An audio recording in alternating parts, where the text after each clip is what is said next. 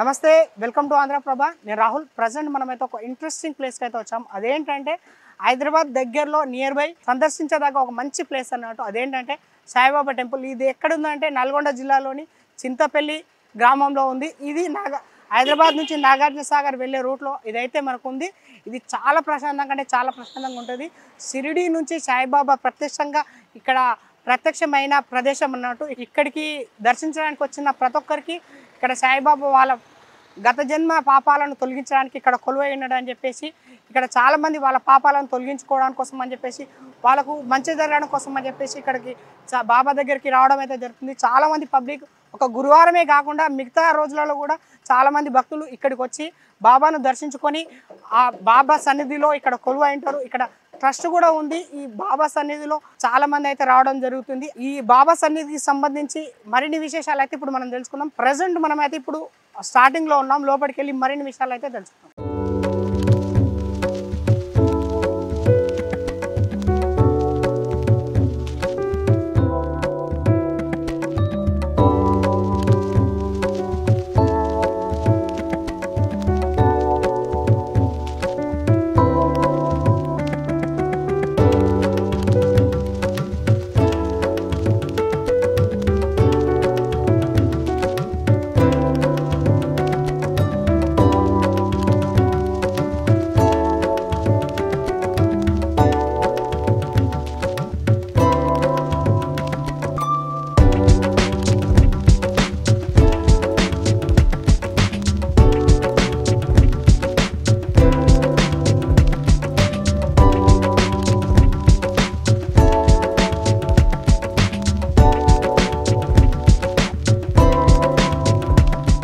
మనమైతే ఇప్పుడు లోపలికి వచ్చేసాము. ఇప్పుడు ఎంట్రన్స్లో ఏంటంటే ఇక్కడ గోశాల ఉంటుంది. స్టార్టింగ్లో ఈ గోశాల నుంచి ప్రతి ఒక్కరు ఈ గోశాల నుంచే వెళ్ళాలి. గోవుల మధ్యలో నుంచి ఇక్కడికి మనము లోపలికి వెళ్ళాలన్నట్టు. ఇక్కడ నుంచి ఒక 9 గోవులు అయితే ఇక్కడ ఉంటాయి. దీని నుంచి వెళ్ళి మనము లోపలికి దర్శించుకోవడానికి, సాయిబాబా మందిరాన్ని దర్శించుకోవడానికి అయితే వెళ్ళాల్సి ఉంటుంది. ఇది లోపలికి వచ్చిన తర్వాత ఉండే గోశాల. ఈ గోశాల నుంచి ఇక్కడ నుంచి తిరిగి దీన్ని దర్శించుకున్న తర్వాతనే మనం లోపలికి వెళ్ళాల్సి వస్తుంది. ఇది ఒక ప్రదర్శన ఉంటుంది. ఈ ప్రదర్శన చేసిన తర్వాతనే మనం లోపలికి వెళ్ళాల్సి ఉంటుంది అన్నట్టు. ఫస్ట్ నవవిధ గోశాల తర్వాత భక్తులు అక్కడ ఆ గోవులకు వాళ్ళ ప్రసాదాన్ని గడ్డిని అది తెచ్చి ఇస్తారు. దాని తర్వాత లోపలికి దర్శన ప్రదేశం అయితే ఉంటుంది. దర్శనానికి దారి ఉంటుంది. అది ఇదే అన్నట్టు. ఈ దారి నుంచి దర్శనానికి మనం వెళ్ళడం జరుగుతుంది. ఈ దర్శనం దారికి ఎదురుగా స్టార్టింగ్ మనం వెళ్తాం కదా టెంపుల్కి. లోపలికి వెళ్ళే దారిలో ఇక్కడ ఒక చిన్న కోనేరు లాగా తయారు చేసింది. ఇక్కడ తామర పూలు, ఎల్లో తామర పూలు అయితే మనకు కనిపిస్తున్నాయి. చాలా అంటే చాలా అట్రాక్టివ్గా ఇవైతే మనకు కనిపిస్తున్నాయి. దాని చుట్టూ మంచి చెట్లు, మంచి గార్డెనింగ్ లేక చాలా మంచిగా అయితే తయారు చేయడం జరిగింది. ఇది చూడడానికి అయితే మంచిగా చాలా బాగా అనిపిస్తుంది. ఇక్కడ ఉన్న ప్రదేశంలో ఇక్కడ సాయిబాబా టెంపుల్కి వెళ్తే ఎంత పీస్ఫుల్గా ఉంటుందో ఇక్కడ ఉన్న ప్రదేశం కూడా అంత పీస్ఫుల్గా ఉండేటట్టయితే ఇక్కడ డిజైన్ చేయడం జరిగింది. ఇక్కడ మెయిన్గా స్ట్రేట్గా చూసుకున్నట్లయితే మనకు ఇక్కడ టెంపుల్ అయితే కనిపిస్తుంది. మన స్ట్రేట్గా ఇక్కడ కొంచెం ముందుకు వచ్చిన తర్వాత దర్శనంకు దారి అని చెప్పి ఇక్కడ ఉంటుంది. వే టు దర్శనం. ఈ విధంగా మనం వెళ్దాం లోపలికి.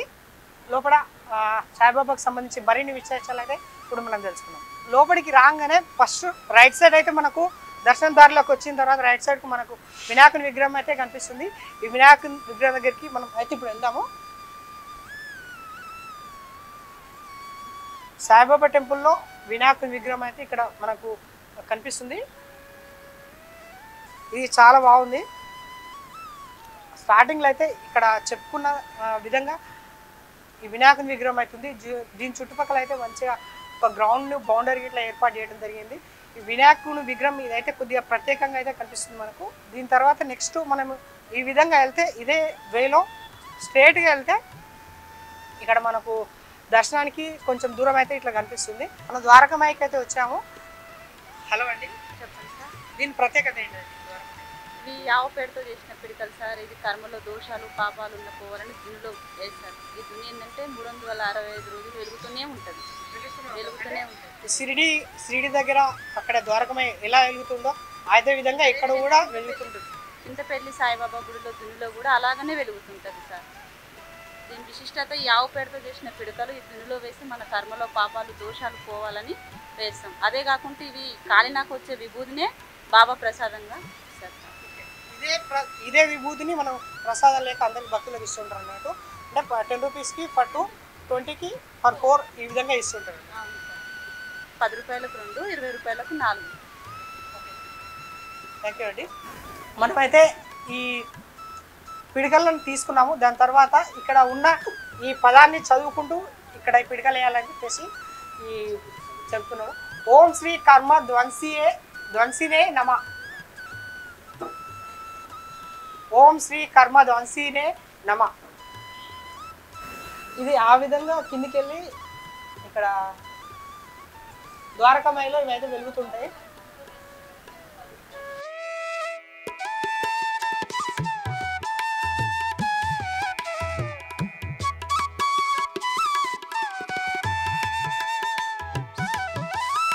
ఓం శ్రీ కర్మ ధ్వంసినే నమ అని చదువుకుంటూ ఇందులో అయితే పిడికలు ప్రతి ఒక్కరు భక్తులు ఇక్కడికైతే వచ్చి వేస్తుంటారు అన్నట్టు. ఇదే పిడికల నుంచి వచ్చిన విభూతిని మనకు ప్రసాదం లేక అక్కడ దేవాలయంలో పంచుతారు. ఇక్కడ ఈ పిడికలను వేయడం వల్ల పూర్వజన్మలో ఈ జన్మలో చేసుకున్న పాపాలన్నీ తొలగిపోతాయి అనే ఉద్దేశంతో పిడికలు వేయడం అయితే జరుగుతుంది.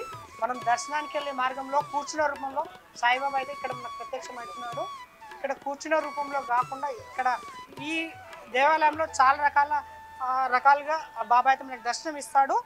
మరిన్ని విశేషాలు అయితే సాయిబాబా మనకు ఈ సన్నిధిలో ఏ రకంగా ఉన్నాడనే విశేషాలు అయితే మరి ఇప్పుడు మనం ఏమైతే తెలుసుకుందాము.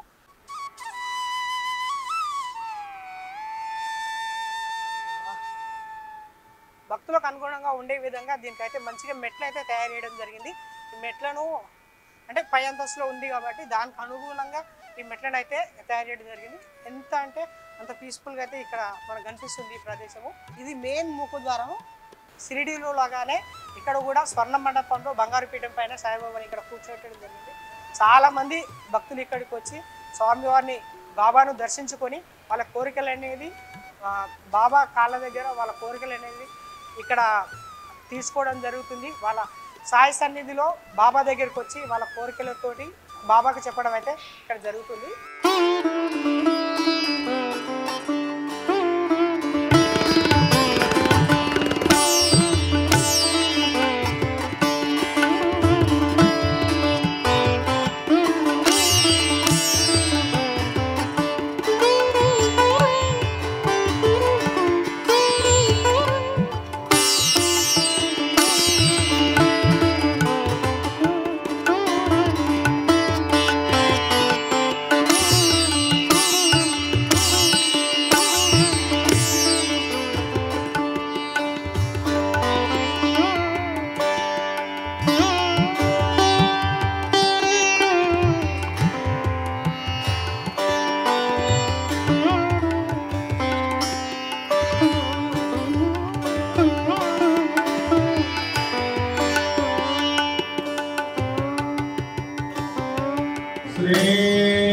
Kara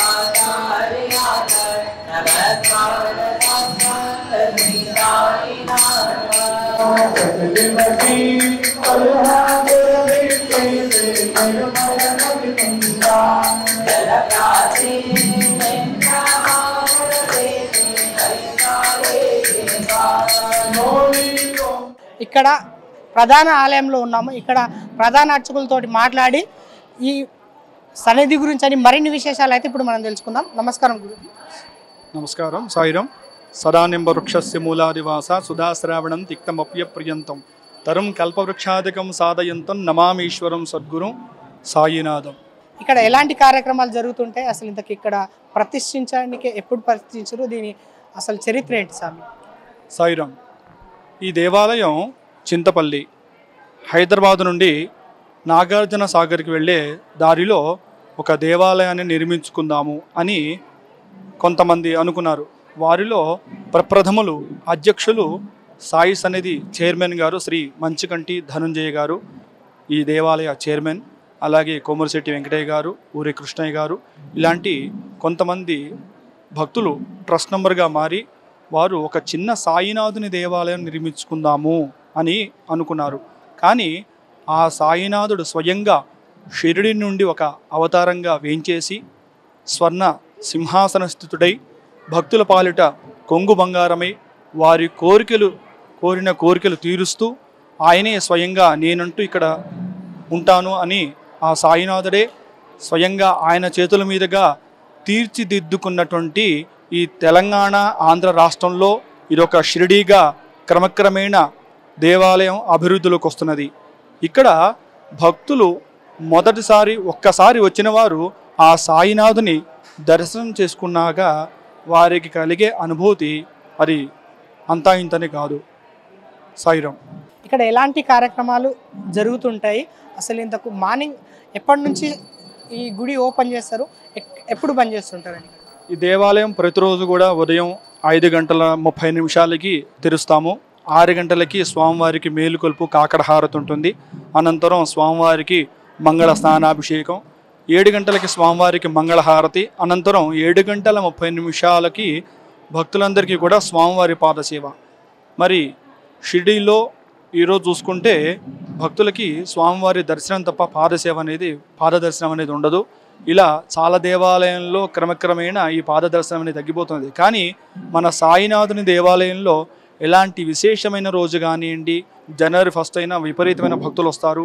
అలాంటి ముఖ్యమైన పండుగల్లో ముఖ్యమైన రోజుల్లో విజయదశమి నాడు చాలా వేల సంఖ్యలో భక్తులు వస్తారు. అలాంటి రోజుల్లో కూడా ఇక్కడ భక్తులు వచ్చి స్వామి పాద దర్శనం చేసుకోవడం కోసం దేవాలయం వారు ఇక్కడ చేస్తూ ఉంటారు. మరి మధ్యాహ్నం 12 గంటలకి స్వామివారికి మధ్యాహ్న హారతి ఉంటుంది. హారతి అనంతరం ఇక్కడ వచ్చిన ప్రతి ఒక్క భక్తుడికి అన్నదాన సేవ. అంటే ఆ రోజుల్లో బాబావారు ఉన్నప్పుడు స్వయంగా ఆయన ఒక 5 ఇళ్ళకి వెళ్ళి భిక్ష తీసుకొని ఆయన చేతుల మీదుగా పేదవారికి వడ్డించి అన్నదానం చేసేవారు.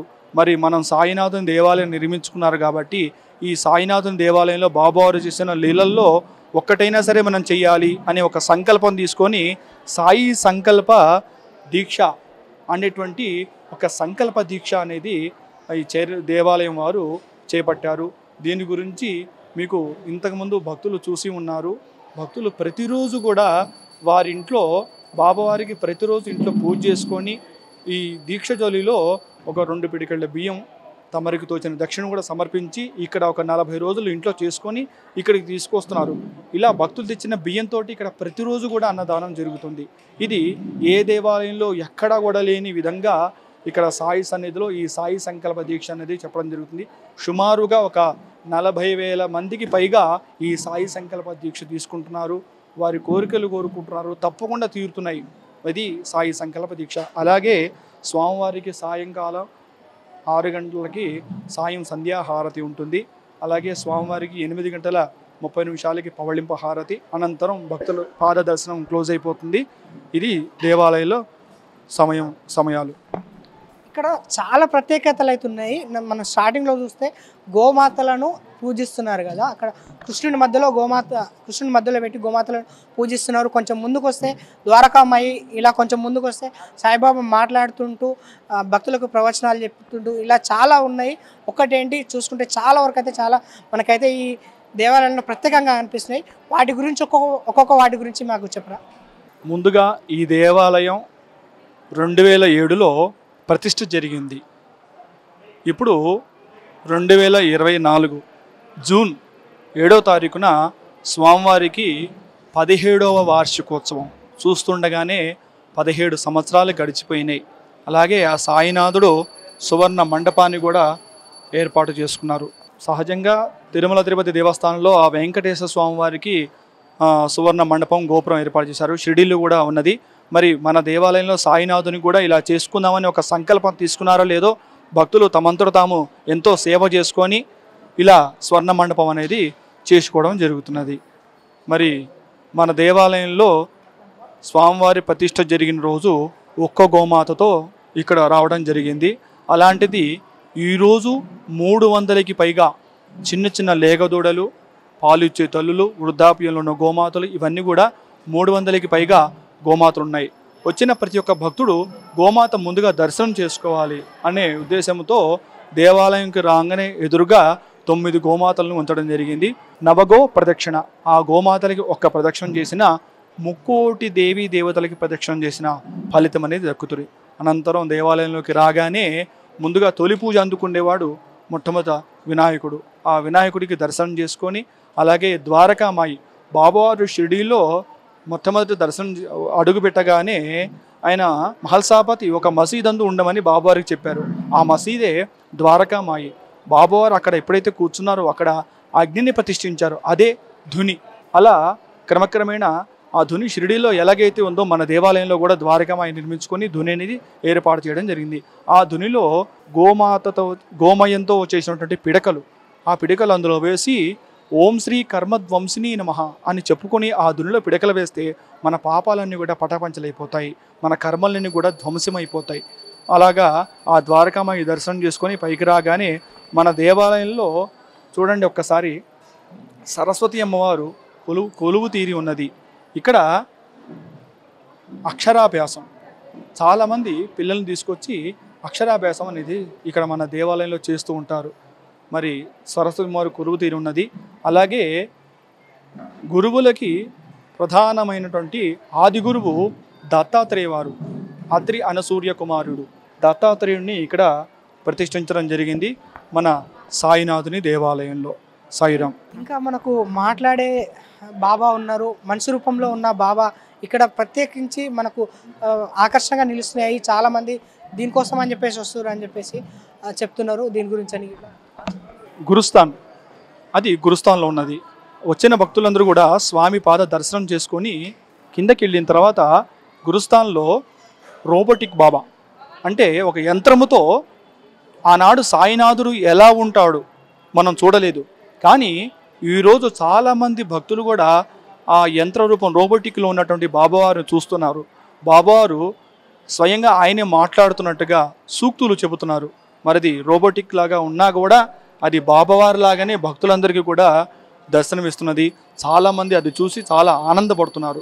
స్వయంగా ఆ రోజు మనం సాయినాథుని చూడకపోయినా ఈరోజు సాయినాథుని కళ్ళెదుటిగా ఉన్నట్టుగా చాలామంది ఫీల్ అవుతున్నారు. ప్రత్యేకించి అన్నదానం గురించి మీరు ఏమని చెప్పాలి? అన్నదానం అనేది ప్రాణదానం కంటే గొప్పది. మరి ఈరోజు ఎన్నో ప్రాణులు భోజనం లేక తిండి లేక చాలా కష్టపడుతున్నాయి. అలాంటిది ఒక ప్రాణిని ప్రాణదానం చేయాలంటే ఎంత ఖర్చు పెట్టినా కూడా ప్రాణం తిరిగి రాదు. అలాంటిది కడుపు నిండా భోజనం పెడితే ఆ ప్రాణం అనేది తిరిగి వస్తుంది. అలాంటిది అన్నదానం చాలా ముఖ్యమైనది. అలాంటి అన్నదానం మన దేవాలయంలో వేల సంఖ్యలో ప్రతి భక్తులకి కూడా ఇక్కడ ఖచ్చితంగా వచ్చిన ప్రతి ఒక్క భక్తుడు ఖాళీ కడుపుతో వెనక్కి వెళ్ళకూడదు అనే ఉద్దేశంతో ఇక్కడ ప్రతి ఒక్క భక్తుడికి అన్నదానం అనేది అలా చేస్తున్నారు. ఇలాంటి సాయి సంకల్ప దీక్ష లాంటివి కూడా చేసుకొని అన్నదానం అనేది చేస్తున్నారు. ఇక్కడ మనకు మెయిన్గా చూసుకున్నట్లయితే భక్తుల రద్దీ ఏ విధంగా ఉంటుంది అసలు ఇంతకు? ఇది ప్రత్యేకించి గురువారమేనా లేకపోతే మిగతా వారాల్లో కూడా ఇదే విధంగా ఉంటుందా? ఇక్కడికి భక్తులు ఎప్పుడు ఏ సమయంలో ఎలా వస్తారనేది చెప్పడం చాలా కష్టం. ఎందుకంటే గతంలో దేవాలయంలో నిర్మించిన తర్వాత అంతంత మాత్రం వస్తున్నారు. కానీ ఈ మధ్య ఒక 4-5 సంవత్సరాల నుండి విపరీతమైన భక్తుల రద్దీ పెరిగింది బాగా. ఉదయం 9 కాగానే భక్తులు స్టార్ట్ అవుతున్నారు. మరి గురువారము, శుక్రవారం, శనివారం, ఆదివారం ఈ 4 రోజులు కూడా భక్తుల రద్దీ చాలా విపరీతంగా ఉంటుంది. సుమారుగా ప్రతినిత్యము ఒక 2000 మందికి పైగా ఇక్కడికి దర్శనం చేసుకోవడం జరుగుతుంది. గురువారం అయితే ఇక చెప్పనే అవసరం లేదు. హాల్ అంతా ఫుల్ అయిపోతున్నది. కింద పెద్ద పెద్ద షెడ్లు వేసి భక్తులను కూర్చోబెట్టి ఇక్కడ ప్రతి గురువారం కూడా భజన సంకీర్తనలు చేయిస్తున్నారు. చైర్మన్ గారి దగ్గరుండి ప్రతి ఒక్కరూ సాయినామ సంకీర్తన చేసుకుంటూ దర్శనం చేసుకుంటున్నారు. మీరు జూన్ 17 తారీఖు నాడు పెద్ద ఎత్తున నిర్వహించే ఈ కార్యక్రమం గురించి చెప్పండి సార్. 2007లో సాయినాథుని ఇక్కడ ప్రతిష్ఠించడం జరిగింది. రేపు జూన్ 17వ తారీఖు, జూన్ 7వ తారీఖు 17వ వార్షికోత్సవం. మరి ఈ వార్షికోత్సవంలో అనేక కార్యక్రమాలు చేపట్టడం జరుగుతున్నది. ఈసారి అంటే ప్రతి వార్షికోత్సవంలో ఒక్కొక్క పుణ్యక్షేత్రం నుండి ఆయా దేవతామూర్తుల ఉత్సవ విగ్రహాలను తీసుకొచ్చి ఇక్కడ కళ్యాణం అనేది చేస్తున్నారు. గతంలో భద్రాద్రి నుండి ఆ సీతారాముల విగ్రహాలు తీసుకొచ్చి ఇక్కడ కళ్యాణం చేశారు. ఆ తర్వాత శ్రీశైలం నుండి భ్రమరాంబ సమేత మల్లికార్జున స్వామివారి యొక్క ఉత్సవ విగ్రహాలు కూడా తీసుకొచ్చి ఇక్కడ కళ్యాణం చేశారు. ఈసారి యాదాద్రి లక్ష్మీ నృసింహస్వామివారి ఉత్సవ విగ్రహాలు తీసుకొచ్చి ఈసారి ఇక్కడ కళ్యాణం అనేది చేపట్టడం జరుగుతున్నది. నా పేరు నటరాజ శర్మ. ఈ దేవాలయంలో 6 అర్చకులం. అందరితో పాటు నేను కూడా సమానంగా గత 14 సంవత్సరాలుగా చేస్తున్నాము. మరి ఈరోజు సాయినాథుని దర్శనం ఎంతోమంది భక్తులకి ఏర్పాటు చేస్తున్నటువంటి ఆంధ్రప్రభ భక్తి ఛానల్, ఈ ఛానల్ వారు ఎంతోమంది భక్తులకి ఈరోజు సాయినాథుని దర్శనంలో టీవీలో చూపిస్తున్నారు. కనుక చాలామంది భక్తులు ఈ యొక్క దర్శనాన్ని చూసి తరించండి. సాయిరాం. చాలా విశేషాలు చెప్పారు. చాలా ధన్యవాదాలు. Thank you. గర్భగుడి నుంచి బయటికి రాగానే మనకు మాట్లాడే సాయిబాబా అయితే ఇక్కడ మనకు కనిపిస్తుంది. అది రోబోటిక్తో తయారు చేసిన బాబా మనకి ఇప్పుడు కనిపిస్తుంది. అండ్ ఇంకా ఇక్కడ చాలా అనేక రకాలైన ఇంట్రెస్టింగ్ కూడా చాలా మనకి ఇప్పుడు కనిపిస్తాయి. ఇక్కడ నుంచి ఈ విధంగా ఇట్లా లోపలికి వెళ్ళిన తర్వాత ఎగ్జిట్ డే అన్నట్టు, ఎగ్జిట్ డే తర్వాత మనకి ఇలా లోపలికి వెళ్తాము.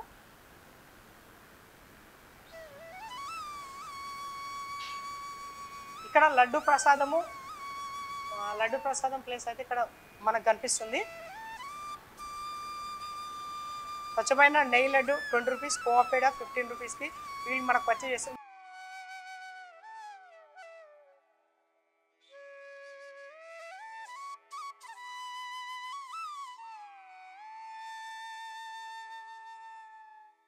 ఈ నెయ్యి లడ్డు కోవపేడ ఉంది కదా, ఇక్కడే తయారు చేస్తారా? ఇక్కడ నుంచే తీసుకుంటారు? ఇక్కడ నుండే తీసుకొస్తారు సార్. మన టెంపుల్వే నెయ్యి ఫుల్ ఉంటుంది, స్వీట్ కూడా బాగుంటుంది, భక్తులు బాగా తీసుకుంటారు. ఎంతమంది వస్తుంటారు రెగ్యులర్గా? ఒక 1000-2000. ఫెస్టివల్ అయితే ఇంకా ఎక్కువ మంది వస్తుంటారు. 5-6 థర్స్డే గురువారం కూడా ఒక 2-3 వేల మంది వస్తారు. 20 రూపీస్ లడ్డు, కోవా 15 రూపీస్. ఇక లడ్డు తీసుకున్న తర్వాత మనం ముందుకు వెళ్తే ఇక్కడ కూర్చున్న రూపంలో మనకు సాయిబాబా అయితే ఇక్కడ మనకు దర్శనం ఇస్తుంది. ఇక్కడ ఒకసారి వెళ్ళి ఆ సాయిబాబాను మనం చూద్దాం. ఇప్పుడు కూర్చున్న రూపంలో సాయిబాబా ఎంత న్యాచురల్గా ఉందంటే అసలు ఇంతకు ఒక మనిషి నిజంగా ఇట్లా కూర్చున్నాడా అన్నట్టు కనిపిస్తుంది. అసలు అది విగ్రహమా లేకపోతే మనిషా అనే విధంగా ఇక్కడైతే మనకు సాయిబాబా విగ్రహం అయితే కనిపిస్తుంది. బతుకున్నట్లయితే ఎవరు చూసినా బతికే ఉన్నారు అని అనుకుంటారు తప్పించి ఎవరైతే ఇది విగ్రహం అని చెప్పేసి అస్సలు అనుకోరు. లోపల లైట్స్ ఇవన్నీ అరేంజ్మెంటు అయితే ఒక మనిషి కూర్చోబెడితే ఎలా ఉంటుందో అలా కనిపిస్తుంది అన్నట్టు. సేమ్ యాజ్ ఇది అట్లే కనిపిస్తుంది మనకైతే. ఇది కూడా ఒక ప్రత్యేకత అని చెప్పుకోవచ్చు. దీంట్లో మనం ఒక దగ్గర బయట చూసుకున్నట్లయితే పడుకున్నట్టు ఈ విధంగా చాలా రకాలుగా అయితే ఇక్కడ సాయిబాబాను మనకు దర్శనం ఇస్తుంటుంది ఈ టెంపుల్లో. ఇంకా కొంచెం ముందుకైతే మనకు వెళ్తే మాట్లాడుతున్న సాయిబాబా రోబోటిక్ అని చెప్పాను కదా, అది కూడా మనకి ఇప్పుడు కనిపిస్తుంది. వెళ్దాం చూద్దాం. ఇక్కడ గురుస్థాన్ జ్యోతులను దీపాలను వెలిగిద్దామని చెప్పేసి ఇక్కడ ఉంది. ఒక దీపం 10 రూపాయలు అని చెప్పేసి అన్నారు. అసలు ఆ దీపాలను దేని గురించి అని ఎందుకు వెలిగిస్తే ఏమవుతుంది అసలు? సాయిబాబాకి దీపాలంటే ఇష్టం. గురుస్థానంలో దీపాలు వెలిగించాలి. ఇక్కడ వేప చెట్టు రావి చెట్టు ఉంటది, అక్కడ వెలిగించాలి. ఒక దీపం 10 రూపాయలు. చాలా పేర్చారు కదా, అవి ప్రతి గురువారం సహస్ర దీపాలు సాయంత్రం 6 గంటలకు పూజ చేసి వెలిగిస్తారు. ప్రతి గురువారం ఆ టైంలో ఏ భక్తులు ఎవరున్నా ఆ టైంకి వెలిగించవచ్చు. టెంపుల్ వాళ్ళు అరేంజ్ చేస్తారు. హారతి ఇస్తారు, అయ్యగారు వచ్చి హారతి ఇచ్చి అప్పుడు వెలిగిస్తారు. పూజ చేసి వెలిగిస్తారు. ఇది రేడియేషన్ పిడకలండి, మొబైల్ పిడకలు. దీని మీద మొబైల్ పెడితే రేడియేషన్ పోతుంది. రేడియేషన్ ఆవు పిడకలు అన్నాడు. దీని మీద మొబైల్ పెడితే పోతుంది అన్నాడు. దీనికి ఏందండి? 20 రూపీస్. అంటే చాలా తక్కువే. అంటే రేడియేషన్ ఇప్పుడున్న రేడియేషన్కు మనం చూసుకుంటే 46 వరకు వెళ్ళిపోయింది టెంపరేచర్. ఆ టెంపరేచర్లో ఫోన్ హీట్ ఎక్కడం సహజము. అలాంటి సమయంలో ఈ పిడకలు యూజ్ అవుతాయి అంటారా? ఖచ్చితంగా ఖచ్చితంగా యూజ్ అవుతుంది. దీని మీద మనం ఛార్జింగ్ పెట్టినప్పుడు కానీ మనం నైట్ పడుకునేటప్పుడు పక్కన పెట్టాలి. దీని మీద పెట్టి పడుకుంటే రేడియేషన్ పోతుంది. అంటే మీరే తయారు చేస్తున్నారు? టెంపుల్ వాళ్ళు తయారు చేస్తారు. అన్ని టెంపుల్ వాళ్ళు. ఇది ఫస్ట్ టైం నేనైతే వింటున్నా ఈ రేడియేషన్ ఇది పోతుంది అని చెప్పేసి. అంటే ఇది ఎట్లా పాసిబుల్? యూజ్ అయిందని చూసారంట. సైంటిఫిక్ గా చెక్ చేస్తే ఇది పాసిబుల్ అవుతుంది, రేడియేషన్ తగ్గిస్తుందని చెప్పడం తెలిసినాకనే సార్ వాళ్ళు తయారు చేపిస్తున్నారు. అంటే రోజు దీన్ని ఎంతమంది వరకు తీసుకుంటారండి? చాలా మంది, దాదాపుగా చాలా మంది తీసుకున్నారు. చాలా మంది తీసుకుంటారు. ఓకే, మంచి ఐడియా, చాలా మంచి ఇన్ఫర్మేషన్ కూడా. ఒకసారి ఓపెన్ చేయరా? ఓకే, ఇదైతే రేడియేషన్ తగ్గించుకోవడానికి అయితే పిడకలు తయారు చేయడం జరిగింది. ఈ సాయి సన్నిధి చింతపల్లి వాళ్ళు దీన్ని తయారు చేయడం జరిగింది. రేడియేషన్కి ఎవరైనా కావాల్సి వస్తే రేడియేషన్ తగ్గించుకోవడానికి ఈ పిడకలను వాడడం ద్వారా రేడియేషన్ అయితే తగ్గుతుందని చెప్పేసి మనతోటి వీళ్ళు చెప్తున్నారు. ఇప్పటిదాకా తను చెప్పిన విధంగా సహస్ర దీపాలు అంటే ఇదే. ఈ సహస్ర దీపాలను ప్రతి గురువారం నాడు సాయంత్రం 6 గంటలకు వెలిగిస్తారు. ఈ వెలిగించడం అంటే సాయిబాబాకు దీపాలు చాలా ఇష్టం కాబట్టి ఈ సహస్ర దీపాలు వెలిగిస్తారని చెప్పేసి మనతో వాళ్ళు చెప్తున్నారు. ఇంకేందంటే మనకు ఇక్కడ కనిపించే సాయిబాబా ఒక శయనం రూపంలో, పడుకున్న రూపంలో మనకైతే దర్శనం ఇస్తుంది. దీన్ని శయన బాబా అని పిలుస్తారు. శయన బాబా అని దీని అయితే పిలుస్తారు. అసలు ఇంతకు ఒక మనిషి నిజంగా పడుకుంటే ఎలా ఉంటాడో అదే విధంగా మనకు సాయిబాబా అయితే ప్రత్యక్షంగా మనకు కనిపిస్తుంది. ఈ శయన రూపంలో ఎంత బాగా అంటే అంత బాగా, అసలు చాలా బాగా అయితే డిజైన్ చేసి ఈ టెంపుల్లో ఇది స్పెషల్ అట్రాక్షన్గా అయితే మనకు కనిపిస్తుంది.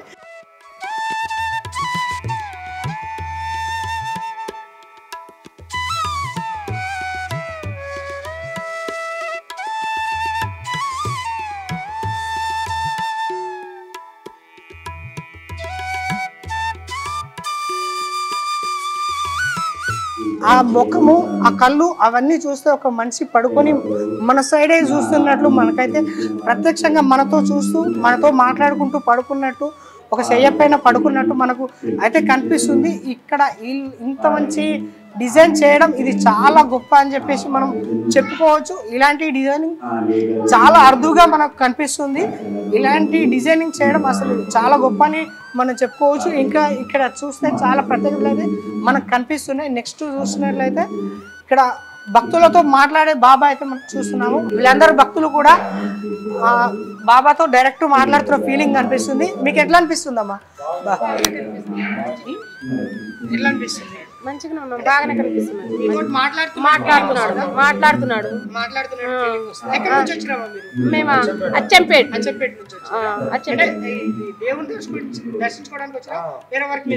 దేవునికే చూసిపోతామని ఇంతవరకు మనం ఎక్కడ చూడం కదా, ఇట్లా డైరెక్ట్ మనతో మాట్లాడుతుండేది. ఎక్కడ చూడలే, ఇక్కడ చూసినాం, మంచిగానే ఉన్నాయి. మాట్లాడుతున్నాడు. అంటే వాళ్ళు డైరెక్ట్ బాబానే మన కళ్ళ ముందనే మాట్లాడుతున్నా అనిపిస్తుంది. ఎందుకంటే మనం ఎంత దూరం నుంచి వచ్చినాం కదా, అచ్చంపేట నుంచి. ఇక్కడ చూస్తుంటే నిజంగానే దేవుడు మనకు ఉన్నట్టు, దేవుడు ఉన్నట్టు మనకు అనిపిస్తుంది.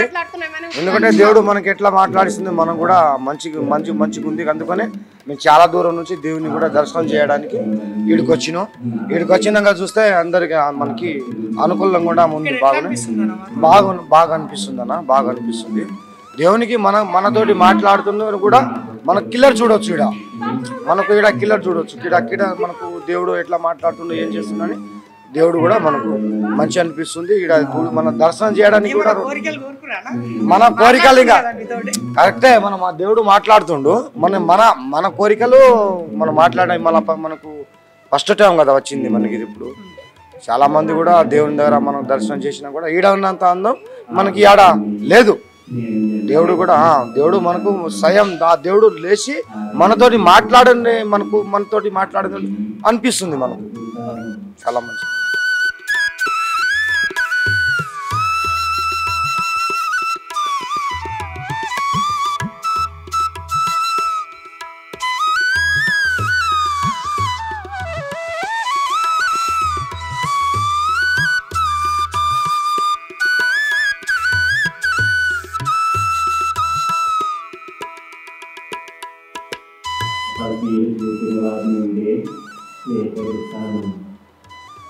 వాళ్ళు దక్షిణ రూపంలో నాటి తర్వాత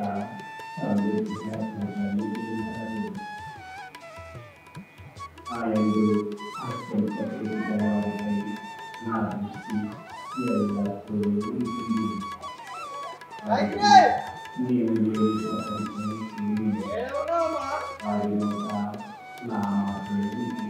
ఇంట్రెస్టింగ్ గా చెప్పుకున్నాం కదా, మాట్లాడే బాబా మన కళ్ళ ముందే ఉండి మనతోటి మాట్లాడుతున్నట్టు ఫీలింగ్ వస్తా అని చెప్పాను కదా, అది ఇదే.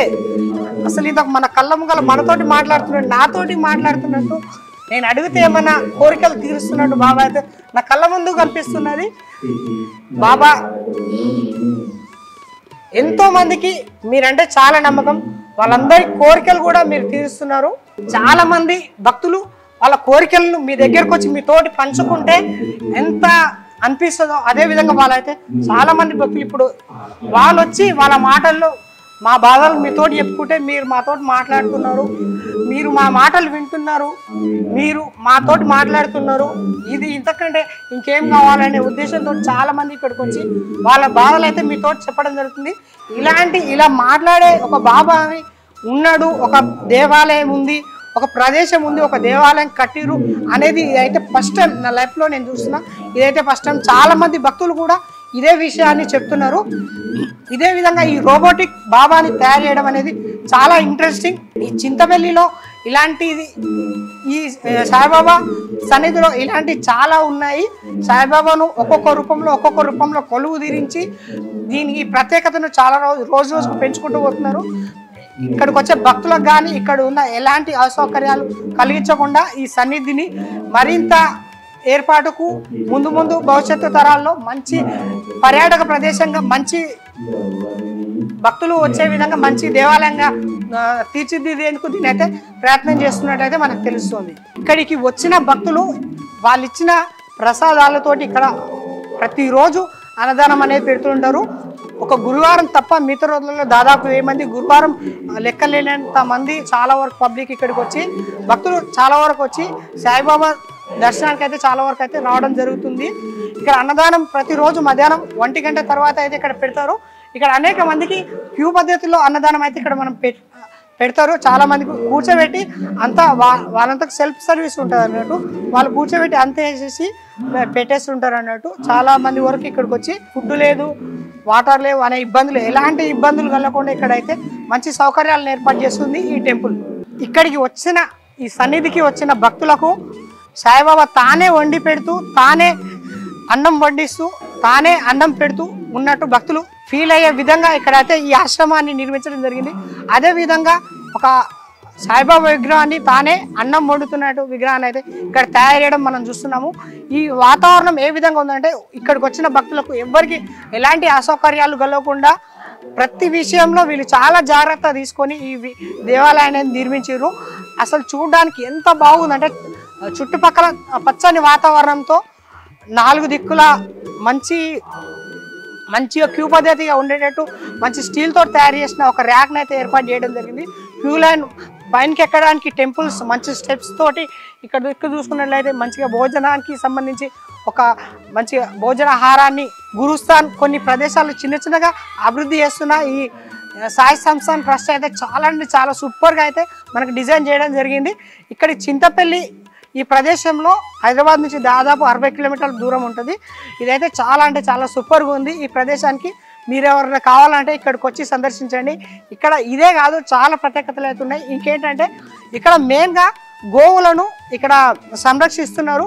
గోశాల కూడా ఏర్పాటు చేయడం జరిగింది. దాదాపు ఒక 30 నుంచి స్టార్ట్ చేసిన గోశాల ఇప్పుడు 1000కి పైగా ఒక ఆవులను ఇక్కడ సంరక్షిస్తున్నట్టు ఇక్కడ ఆలయ అధికారులు వీళ్ళందరూ మనతో పాటు చెప్తున్నారు.